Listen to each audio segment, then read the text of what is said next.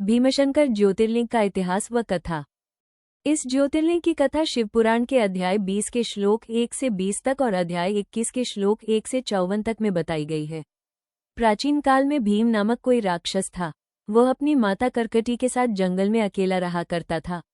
जब भीम राक्षस बड़ा हुआ तो उसने अपनी माता से पूछा कि उसके पिता का क्या नाम है और वे कहाँ हैं। तब करकटी ने बताया कि तुम्हारे पिता महाबली कुंभकर्ण थे। तुम्हारे पिता का वध श्री राम के द्वारा कर दिया गया था और उससे पहले भी मेरे पति विरोध थे। उनका वध भी श्री राम के द्वारा हुआ था। उनकी मृत्यु के पश्चात मैं अपने माता पिता के साथ रहने लगी थी। एक बार मेरे माता पिता ने अगस्त्य ऋषि के कोई शिष्य थे, उनको आहार बनाना चाहा। वो ऋषि अत्यंत ही विष्णु भक्त थे। उसने तुरंत ही मेरे माता पिता को भस्म कर डाला। उस घटना के बाद मैं यहाँ इस पर्वत पर अकेली रहने लगी। अपने परिजनों की मृत्यु के कारण को जानकर भीम ने देवताओं से बदला लेने का निर्णय किया। भीम ने 1000 वर्षों तक भगवान ब्रह्मा जी की घोर तपस्या की, जिससे ब्रह्मा जी अत्यंत प्रसन्न हुए और उन्होंने भीम से मनचाहा वर मांगने को कहा। भीम ने वरदान के रूप में और अधिक बलवान होने का वरदान मांगा। वरदान मिलते ही उसने सबसे पहले इंद्र सहित और भी देवताओं को युद्ध में परास्त किया और अंत में भगवान विष्णु को भी हरा दिया। इसके बाद वो पृथ्वी को जीतना चाहता था। इसके लिए उसने सबसे पहले आसाम के कामरूप के राजा सुदक्षिण पर हमला किया। राजा को पराजित कर उसे बंदीगृह में बंद कर दिया। राजा सुदक्षिण भगवान शिव जी के बहुत बड़े भक्त थे। उन्होंने कारागार में ही भगवान शिव का शिवलिंग बनाकर तपस्या करनी शुरू कर दी। इस बात की खबर भीम को लगी और उसने शिवलिंग को नष्ट करने के लिए तलवार उठाई। ऐसा करते ही शिवलिंग में से शिव भगवान जी प्रकट हो गए। शिवजी ने अपने धनुष से राक्षस की तलवार के 2 टुकड़े कर दिए और एक हुंकार भरते ही शिवजी ने उस राक्षस को नष्ट कर डाला। तभी वहां देवता और ऋषि मुनि प्रकट हो गए और शिव भगवान से बोले कि आप लोगों के कल्याण के लिए सदा के लिए यहाँ विराजमान हो जाइए। तब भगवान शिवजी उसी स्थान पर लिंग रूप में स्थापित हो गए। इस स्थान पर भीम राक्षस के साथ युद्ध करने के कारण ही इस स्थान का नाम भीमशंकर पड़ गया। ऐसा कहा जाता है कि 2400 घंटे इस ज्योतिर्लिंग का जलाभिषेक होता रहता है। वर्षा ऋतु के समय तो ज्योतिर्लिंग पूरी तरह से जल में डूब जाता है।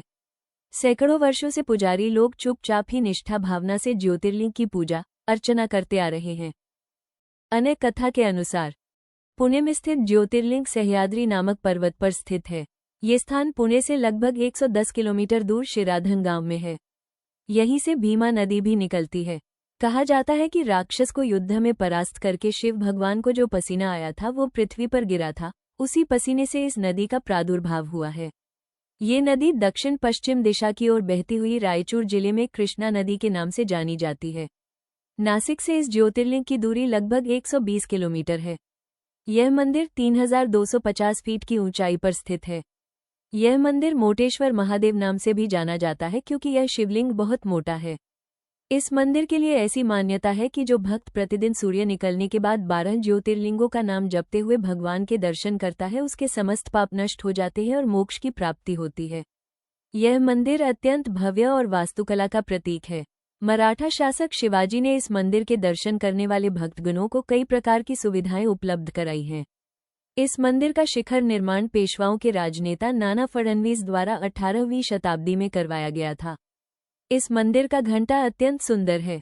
इस मंदिर के आसपास कई सारे स्थान हैं जो घूमने के लिए हैं, जैसे हनुमान झील, बॉम्बे पॉइंट, नागफनी, गुप्त भीमशंकर, भीम नदी, साक्षी विनायक आदि। इस स्थान के दर्शन के लिए भक्तगण अधिकतर अगस्त से फरवरी महीने के बीच में आते हैं। भीमशंकर मंदिर के पास कमलजा मंदिर भी है। कमलजा पार्वती देवी को कहा जाता है। इस मंदिर के दर्शन के लिए भी श्रद्धालु दूर दूर से आते हैं। वास्तव में ये स्थल दर्शनीय और पूजनीय है। इन स्थलों का भ्रमण करने मात्र से ही भक्तगणों के संकट दूर हो जाते हैं। हर हर महादेव।